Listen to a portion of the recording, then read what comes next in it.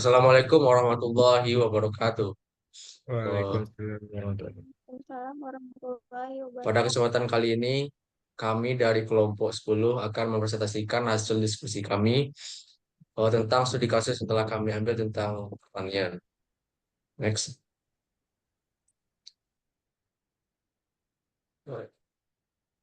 Saya Anwar Ma'ruf dengan akhir WP 1017 yang akan menjadi moderator pada presentasi kali ini. Dan rekan saya, Saya Muhammad Isyan Gimana Saya Fadlan dengan NIM akhir 1003. saya Rina Husnali Tanjung dan NIM akhir 259. oke.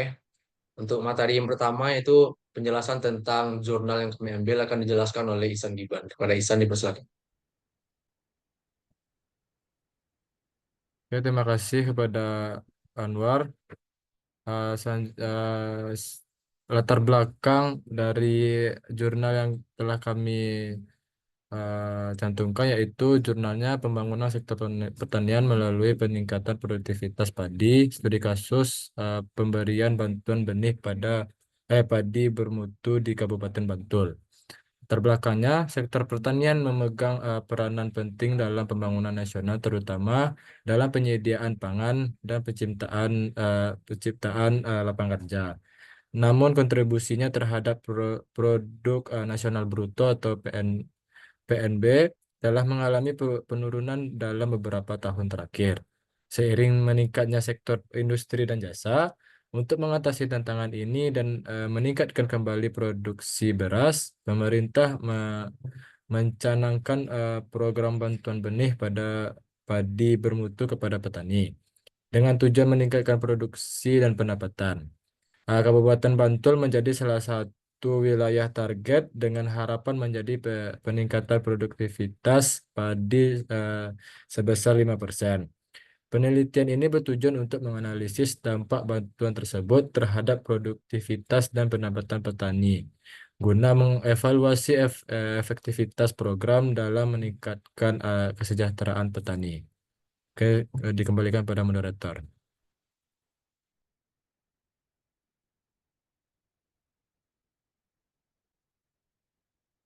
Mute war, mute, mute. Bahwa selanjutnya adalah penjelasan tentang analisa studi kasus yang telah kami jabarkan. Oh, kan? Oh. Berdasarkan analisis etika, jurnal ini lebih condong ke teori etika konsekuensialis, khususnya itu adalah utilitarianisme. Teori etika konsekuensialis berfokus pada hasil atau akibat dari tindakan, di mana tindakan dinilai benar atau salah berdasarkan dampak yang ditimbulkan. Next. Seperti yang kita tahu, etika utilitarianisme adalah teori moral yang menilai tindakan berdasarkan konsekuensi. Fokus utamanya adalah pada pencapaian kebahagiaan terbesar bagi jumlah orang terbanyak. Dalam presentasi ini, kita akan membahas prinsip dasar dan aplikasinya dalam kehidupan sehari-hari. Next. Untuk alasan mengapa termasuk ke dalam teori etika utilitarianisme akan dijelaskan lebih lanjut oleh Alina. Kepada Alina dipersilakan. Baiklah, di sini saya akan membahas tentang alasan mengapa termasuk ke dalam teori etika utilitarianisme. Yang pertama yaitu fokus pada hasil atau konsekuensi. Penelitian ini mengevaluasi hasil dari pemberian bantuan benih bermutu melalui indikator peningkatan produktivitas dan pendapatan petani. Tujuannya adalah untuk meningkatkan kesejahteraan petani dengan meningkatkan hasil produksi dan keuntungan ekonomi yang merupakan fokus utama dari teori konsekuensialis.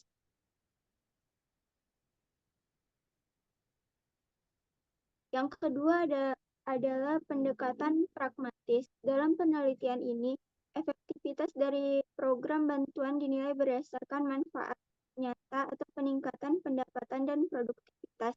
Jika hasilnya positif dan memberikan keuntungan bagi banyak petani, maka program ini dianggap berhasil, yang sesuai dengan prinsip utilitarianisme dalam etika konsekuensialis.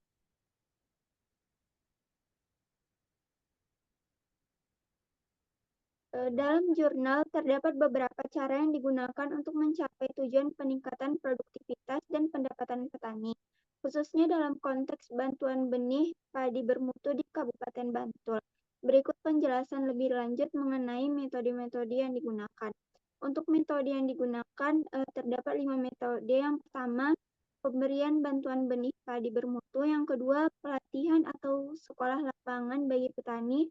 Yang ketiga, penggunaan teknologi dan praktik pertanian modern. Yang keempat, percontohan prosedur penanaman. Yang kelima, analisis usaha tani atau penghitungan biaya dan pendapatan. Untuk penjelasan lebih lanjutnya, saya kembalikan kepada moderator.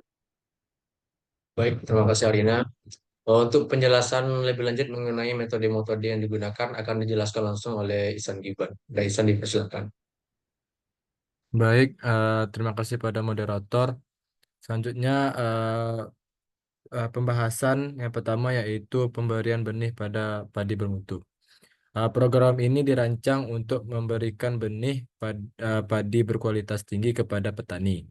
Benih berkualitas memiliki potensi untuk meningkatkan hasil panen per hektar karena mereka lebih tahan terhadap hama, penyakit, dan kondisi cuaca yang buruk.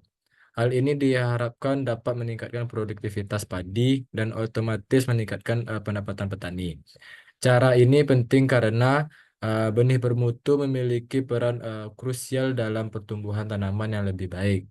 Dengan menggunakan varietas unggul, hasil yang didapatkan petani bisa lebih stabil dan menguntungkan dibandingkan menggunakan benih konvensional.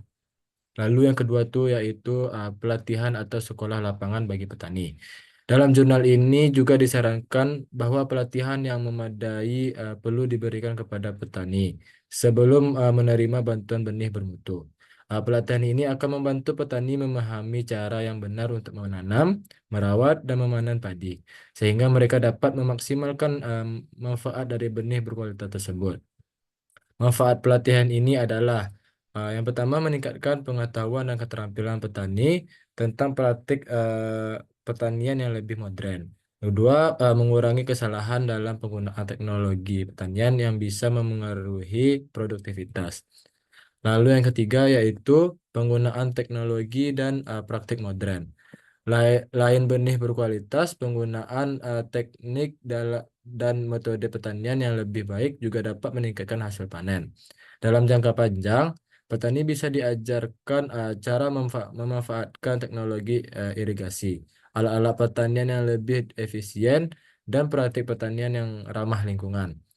Manfaat penggunaan teknologi yang pertama mengurangi waktu dan tenaga yang dibutuhkan dalam proses produksi, dan yang kedua yaitu memaksimalkan efisiensi penggunaan lahan dan air sehingga produktivitas bisa ditingkatkan. Uh, Mungkin diserahkan kepada moderator.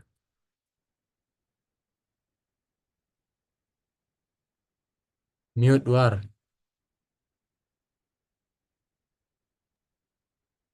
Terima kasih Ihsan. Untuk metode penjelasan tentang metode selanjutnya akan saya jelaskan sendiri. Yang keempat adalah percontohan prosedur penanaman. Salah satu langkah yang disarankan adalah membuat semacam laboratorium lapangan di beberapa daerah untuk memberikan contoh langsung kepada para petani tentang bagaimana cara benar dalam menanam padi menggunakan bibit yang berkualitas tinggi. Ini adalah bentuk pendekatan praktis agar petani bisa melihat hasil nyata dari metode yang telah diajarkan. Keuntungan dari percontohan ini adalah yang pertama, petani dapat belajar dari contoh nyata tentang praktik terbaik. Yang kedua, dapat mengurangi risiko kegagalan karena petani dapat melihat dan memahami secara langsung prosedur yang efektif. Next. Dan untuk metode yang terakhir adalah analisis usaha tani, seperti penghitungan biaya dan pendapatan. Untuk meningkatkan pendapatan, penting juga melakukan analisis usaha tani, yaitu menghitung secara rinci penerimaan total dari hasil penjualan padi dan membandingkannya dengan total biaya yang telah dikeluarkan secara selama proses produksi berlangsung. Dengan analisis ini, petani dapat memahami bagaimana cara mengoptimalkan laba dan mengurangi biaya produksi. Manfaat dari analisis usaha tani diantaranya adalah membantu petani dalam pengambilan keputusan yang lebih baik mengenai alokasi sumber daya. Yang kedua, mengidentifikasi area di mana efisiensi dapat ditingkatkan untuk mengurangi biaya dan meningkatkan keuntungan. Eh, jadi kesimpulan yang dapat kita ambil adalah pendekatan-pendekatan pendekatan-pendekatan ini bertujuan untuk meningkatkan produktivitas dan pendapatan petani melalui kombinasi antara bantuan teknis seperti benih bermutu, pelatihan, dan pendekatan praktis seperti percontohan lapangan, analisis usaha tani. Dengan langkah-langkah tersebut, diharapkan para petani dapat mengoptimalkan hasil dari kegiatan pertanian dan mencapai kesejahteraan yang lebih baik. Baik, itulah hasil dari presentasi kelompok kami. Kalau ada saran dan pertanyaan, bisa ditanyakan di kolom komentar. Mungkin hanya itu saja yang dapat kami sampaikan. Saya akhiri dengan wabillahi taufik wal hidayah. Wassalamualaikum warahmatullahi wabarakatuh.